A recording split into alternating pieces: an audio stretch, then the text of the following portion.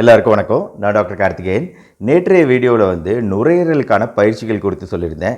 இந்த வீடியோவில் நுரையீரலோட கெப்பாசிட்டி, நம்மளோட கொள்ளளவு எவ்வளோ அப்படிங்கிறத பற்றி விளக்கியிருந்தேன்.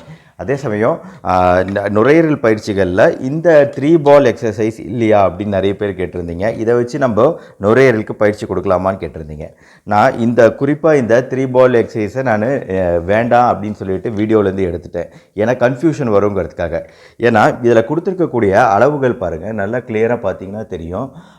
இது மொத்தமாகவே 500 ml, இது 900 ml, இது 1200 ml அப்படிங்கிற அளவு கொடுத்துருக்குறாங்க. சிசினாலும் எம்எல்னாலும் ஒன்று தான். ஸோ இந்த 1200 ml நம்ம நுரையீரலுக்கு கொடுக்கறது அப்படிங்கிறது அது ரொம்ப மினிமமான ஒரு கொள்ளளவு தான்.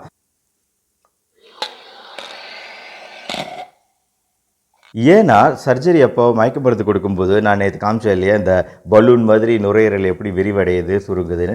ஸோ இதில் மயக்க மருந்து கொடுக்கும்போது இப்படி சுருங்கிய நிலையில் இருக்கும். ஸோ அப்படிங்கும்போது அதை விரிவடைய செய்யணும் நுரையீரலை. அதில் தொற்றுக்கள் ஏற்படக்கூடாது, கிருமிகள் பூந்துடக்கூடாது, தேவையில்லாத நீர் கோத்துக்கக்கூடாது, சளி மியூக்கஸ் கோத்துக்கக்கூடாது போன்ற பல்வேறு காரணங்களால தான் இந்த எக்ஸசைஸ் கொடுக்கப்படுது. பொதுவாக இது ரொம்ப மினிமமான லெவல் தான் இந்த பால் எக்ஸசைஸ் பொறுத்த வரைக்கும்.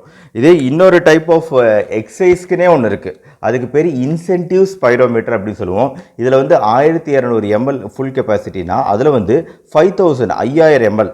நான் என்ன சொன்னேன், நேற்றே அந்த வீடியோவில் சொல்லியிருந்தேன், நம்ம ஆண்களுக்கான கெப்பாசிட்டி அப்படிங்கிறது 3.5லேருந்து 4 லிட்டர் வரைக்கும் இருக்குது நம்ம நுரையீரலுக்கு. அதே மாதிரி தான் பெண்களுக்கு 2.8லேருந்து 3.5 லிட்டர் அப்படிங்கிற அளவில் நம்மளோட கெப்பாசிட்டி ரொம்ப பெருசு.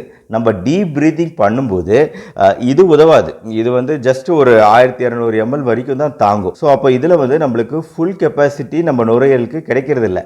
நம்மளுக்கு ஃபுல் கெப்பாசிட்டி எப்போ கிடைக்கும் அப்படின்னா நம்ம இன்சென்டிவ் ஸ்பைரோமீட்டர்னு அந்த டிவைஸ் யூஸ் பண்ணும்போது அதில் பார்க்கலாம், நம்ம உள்ளே இழுக்கும்போது எவ்வளோ தூரம் இழுக்க முடியுது, எவ்வளோ கெப்பாசிட்டி ஃபில் ஆகுது அப்படிங்கிறத இன்சென்டிவ் ஸ்பைரோமீட்டரில் பார்க்கலாம்.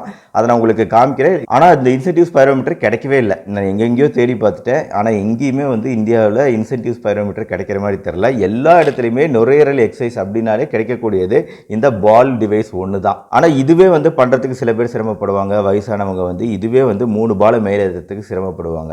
ஸோ அது ரொம்ப ரொம்ப தப்பு. அப்போ நுரையீரல் கெப்பாசிட்டி ரொம்ப ரொம்ப கம்மியாக இருக்குதுன்னு அர்த்தம். ஸோ அதனால் நம்மளுக்கு நோய் வரும்போது தான் இதை பண்ணுங்கிற அவசியம் கிடையாது. நம்ம சாதாரண நேரத்துலையும் இது இருக்கும்போது, இந்த மாதிரி டிவைஸ் இருக்கும்போது உங்களால் 3 பால் கூட மேலே தூக்கி நிறுத்த முடியல, ஒரு 5 செகண்ட் நிறுத்த முடியல அப்படின்னா உங்கள் நுரையீரல் கெப்பாசிட்டி ரொம்ப கம்மின்னு அர்த்தம். அப்போ நீங்கள் ரெகுலராக நான் வீடியோவில் காமிச்சேன் இந்த நுரையீரல் மூச்சு பயிற்சிகள் செய்யணும் அப்படிங்கிறது தான் இங்கே அர்த்தம்.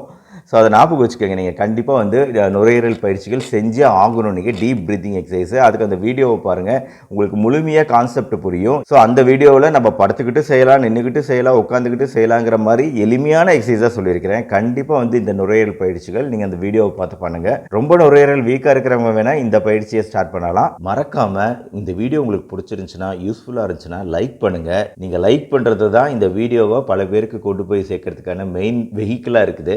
அதனால் கண்டிப்பாக லைக் பண்ணுங்கள், உங்கள் ஃப்ரெண்ட்ஸ் அண்ட் ரிலேட்டிவ்ஸ்க்கு ஷேர் பண்ணுங்கள். இது ரெண்டுமே இந்த வீடியோவோட ரீச்சை அதிகப்படுத்தும். ஸோ இந்த மாதிரி நிறைய வீடியோக்கள் பார்க்க நம்ம சேனல் டாக்டர் கார்த்திகேயன் மறக்காமல் சப்ஸ்கிரைப் பண்ணுங்கள். மறுபடியும் அடுத்த வீடியோவில் மீட் பண்ணுவோம். நன்றி, வணக்கம்.